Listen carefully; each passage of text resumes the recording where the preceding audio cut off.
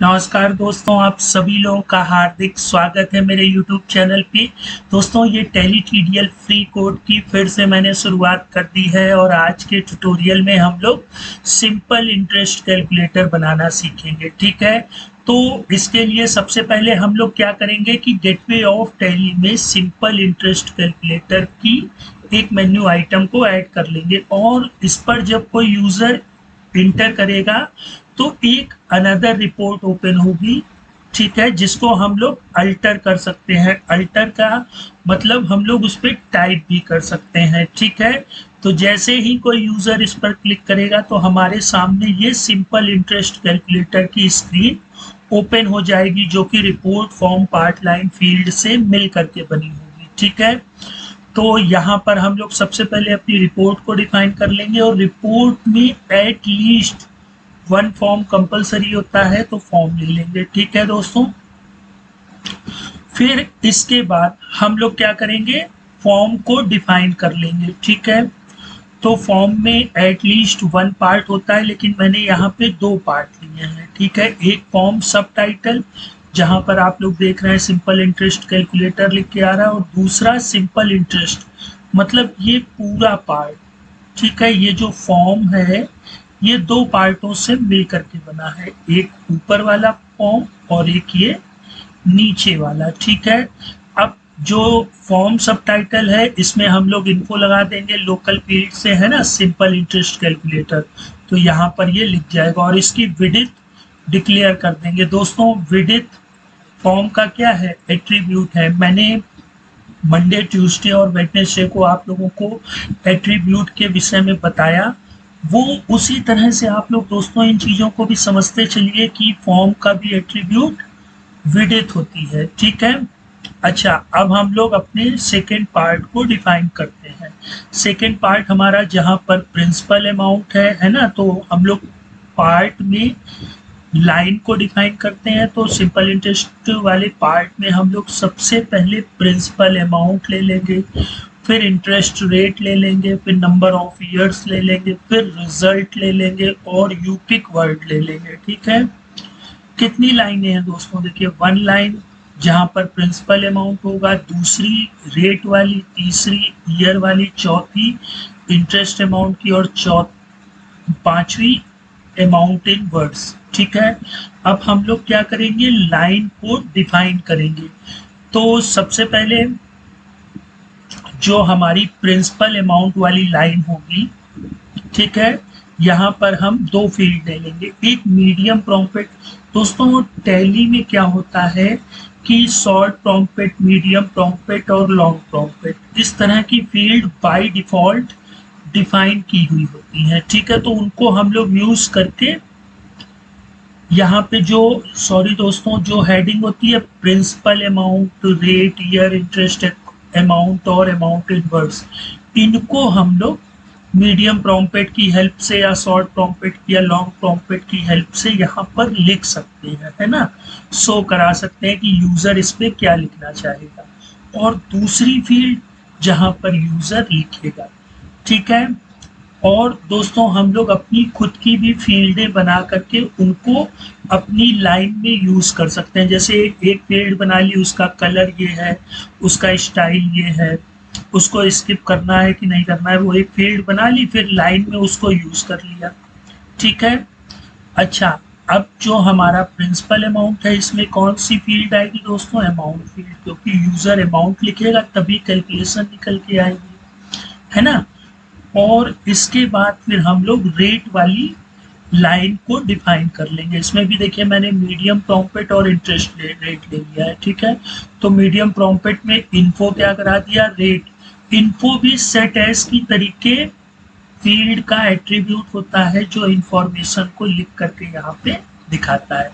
अच्छा, अब फील्ड जो हमारी इंटरेस्ट रेट है इसमें हम लोग नंबर फील्ड ले लेंगे। अब दोस्तों ये परसेंटेज हो है ना, तो एक फील्ड का एट्रीब्यूट और होता है फॉर्मेट, नो जीरो परसेंटेज। ठीक है, ये आप लिखेंगे तभी आपका जो वैल्यू कोई यूजर यहाँ पे लिखेगा वो परसेंटेज में कन्वर्ट हो जाएगी। अलाइन इसका मैंने देखिए राइट कर दिया, विड्थ अमाउंट विड्थ। ठीक है, जैसे हम लोग फील्ड प्री डिफाइंड होती हैं वैसे ही विड्थ को भी हम लोग डिफाइन कर सकते हैं, बॉर्डर को भी डिफाइन कर सकते हैं। ठीक है, तो हमारा रेट भी हो गया दोस्तों। अब हम लोग ईयर पर चर्चा कर लेते हैं। तो इसी तरह जो ये वाली लाइन थी दोस्तों ईयर वाली, इसको हम लोगों ने नाम दिया नंबर ऑफ ईयर्स। और यहाँ पे भी बिल्कुल सेम प्रोसेस है। ठीक है, यहाँ पे मैंने परसेंटेज नहीं लगाया, तो ये जब ईयर लिखेंगे तो वो परसेंटेज लिख के नहीं आएगा। Align right width amount width. ठीक है, अब इसके बाद दोस्तों बहुत ही ध्यान से समझिएगा, जो इंटरेस्ट अमाउंट है और अमाउंट इन वर्ड्स है।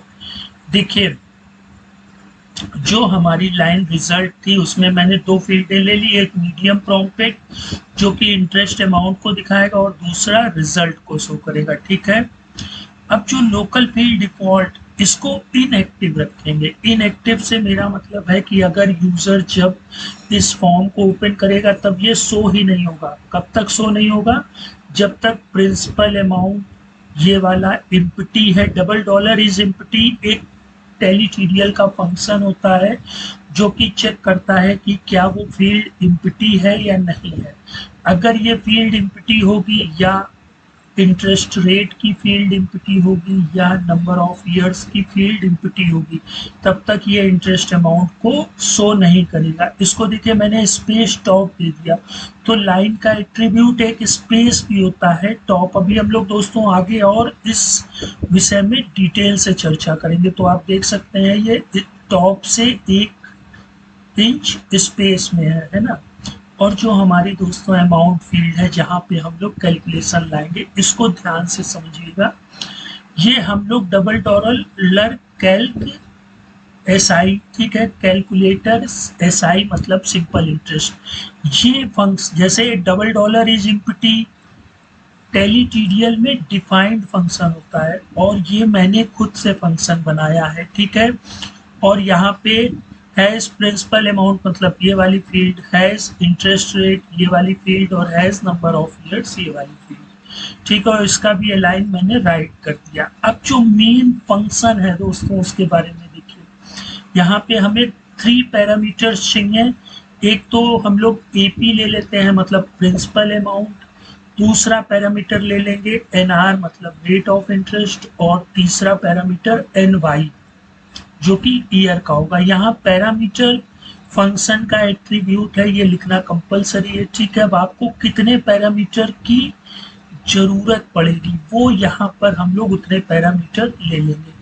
अब ये नाम आप कुछ भी दे सकते हैं, इनके टाइप यहाँ जरूर डिक्लेयर कर दीजिएगा। ये तो अमाउंट होगा, बाकी ये दोनों नंबर होंगे। ठीक है, रिटर्न हम लोग क्या करा लेंगे, अमाउंट और हम लोग वेरिएबल में आरएस अमाउंट ले लेंगे।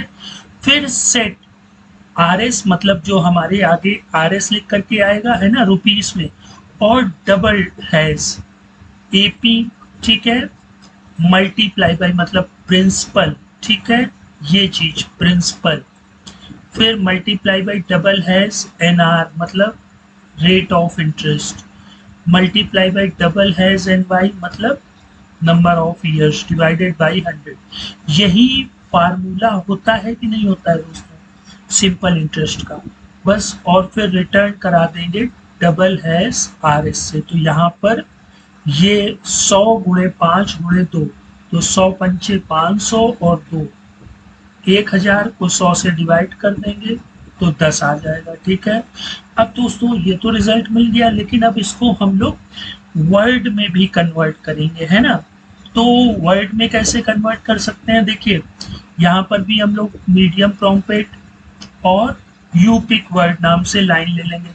जो मीडियम प्रॉम्प्ट है वहाँ पे अमाउंट इन वर्ड्स दिखा देंगे और जो यूपिक वर्ड है उसको अभी हम लोग समझते हैं कैसे क्या करना है।